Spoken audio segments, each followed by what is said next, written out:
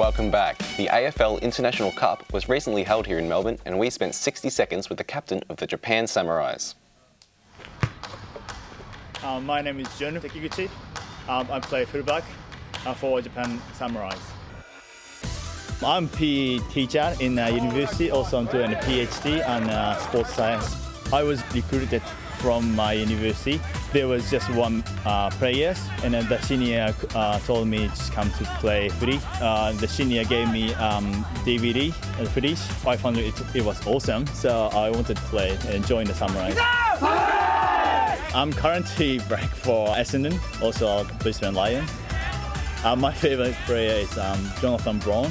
He is retired this year, really sad for me. At some point, I think Japanese player will play in the IFL because we have good speed, discipline, and also samurai spirit. Well, some pretty impressive skills on display there. Absolutely. And to tell us some more about the AFL International Cup, we're joined by Kendra Heil from the Canada Northern Lights. Welcome to the show. So Kendra, how did you guys go in the International Cup? We were in the grand final against Ireland and we won. Super, well done. How did you first get involved in AFL and where'd you hear about it? I heard about it in Canada. There are women's and men's leagues there, and I used to play rugby, but it wasn't enough for me, so I decided to pursue the sport when I heard about it.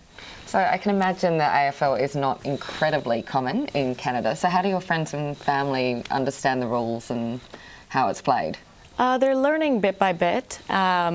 There's more AFL on TV now in Canada, so it's easier to get a sense of the game. And how did your team finance travelling here? Everybody had to pay their own way or get sponsorship through friends and family.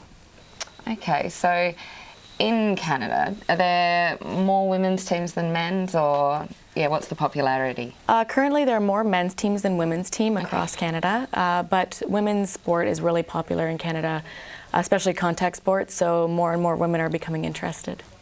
And tell us about the medal that you've got on. Okay, so this is from our the grand final game, champions, and it was a great celebration. We got a trophy and popped the champagne. And so in terms of the competition on the whole, what other countries were taking part and how did you guys rank in comparison? In the women's competition, we had Tonga and Fiji, which were new teams, and they were really good physically, and their skills will come with time. The Americans had two teams, a first and a development team, and they did really well. And the Irish team were, of course, against us in the grand final with skills due to their experience in Gaelic. And we had a development team as well, the Midnight Suns, and they did really well. Okay, excellent. So in terms of where to from here for the Midnight Suns and for the Northern Lights? It's just more development on skills, knowledge of the game.